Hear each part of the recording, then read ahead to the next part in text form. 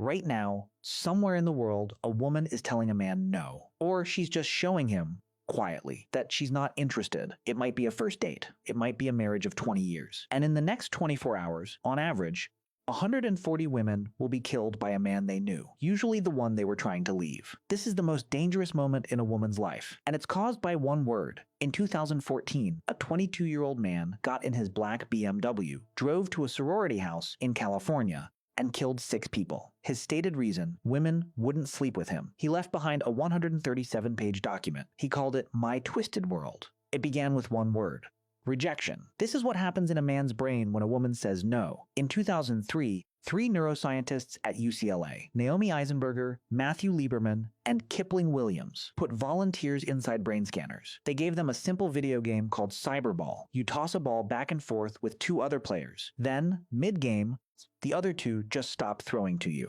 That's the entire experiment. You've been left out.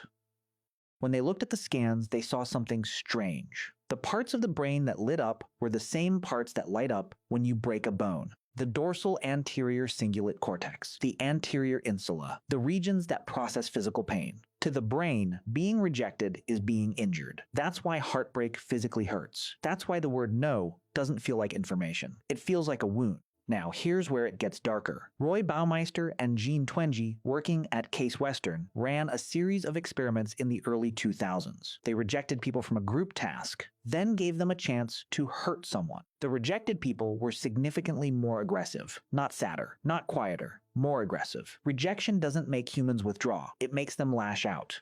But this happens to everyone: men, women, children. Everyone's brain treats rejection like a broken rib. So why is it men who kill? Because for a lot of men, a woman's no isn't heard as a preference. It's heard as a verdict on their looks, on their worth, on their status, on whether they are, in the words of every incel forum online, a man et al., psychologist Geraldine Downey at Columbia calls this rejection sensitivity. Some people expect rejection, perceive it faster, react to it harder. Her studies show high rejection sensitivity men are more likely to become violent toward female partners. Not because they're more rejected, but because they read neutral behavior as proof that the rejection they already feared is happening. She didn't text back. She looked at another man.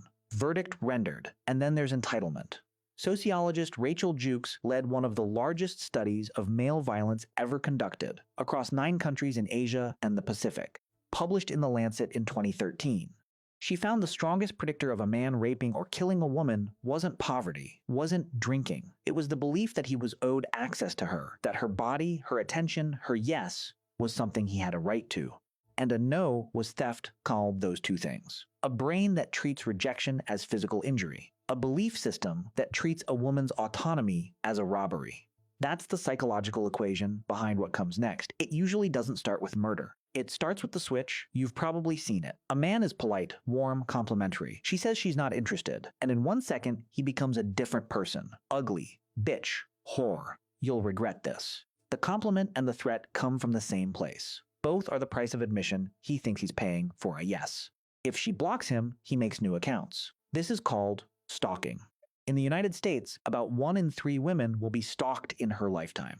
That's from the CDC's National Intimate Partner and Sexual Violence Survey. The vast majority of stalkers are men they know. Usually men they rejected. If she moved on, he escalates. He shows up at her work. He tells her friends lies about her. He threatens to release private photos. He may leak them. This is called coercive control, a term coined by sociologist Evan Stark. It's not one act. It's a pattern of surveillance, isolation, and intimidation designed to punish her for leaving. And if she still doesn't come back, in some cases, he kills her. The United Nations Office on Drugs and Crime tracks this globally. In 2022, they estimated that 133 women and girls were killed every day by a partner or family member. About 1 every 11 minutes. Femicide isn't rare. It's one of the leading causes of death for women aged 15 to 44. And in more than half of those cases, the killer is the man she said no to. December 6, 1989. A man walks into the École Polytechnique in Montreal with a rifle. He separates the men from the women. He tells the women he is fighting feminism. He kills 14 women. His suicide note names women who rejected him. May 23, 2014. Isla Vista, California. Elliot Rodger, 6 killed, 14 wounded. He uploads a YouTube video the day of. The title is Retribution. He says the word punishment 7 times. April 23, 2018. Toronto. Alec Manassian drives a rental van down Yonge Street. 10 killed. 8 of them women. Minutes before, he posted online praising Rodger and declaring an incel rebellion. Criminologist Neil Websdale, who has studied hundreds of familicides and femicides, calls this the announcement. These men almost always tell someone. A note, a post, a threat to a coworker, a promise to the woman herself. The warnings are almost always there. What's missing is someone taking them seriously. Here's the part every safety expert wants people to hear. The most dangerous moment in an abusive relationship is not while she's in it. It's when she tries to leave. Legal scholar Martha Mahoney gave this a name in 1991. Separation assault. The specific violence a man commits at the moment his control over her is slipping. Jacqueline Campbell, a nursing professor at Johns Hopkins, spent decades building something called the Danger Assessment, a checklist of risk factors that predicts intimate partner homicide. Her data shows more than 70% of intimate partner femicides occur during, or right after, an attempt to leave.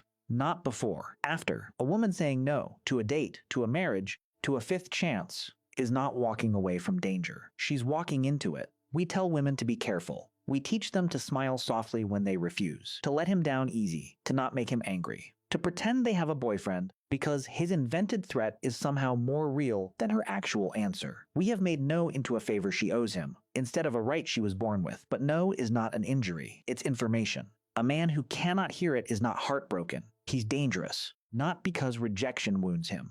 Everyone gets wounded, but because he decided her word was worth less than his want. The women in those cases weren't unlucky. They were just the ones who said no.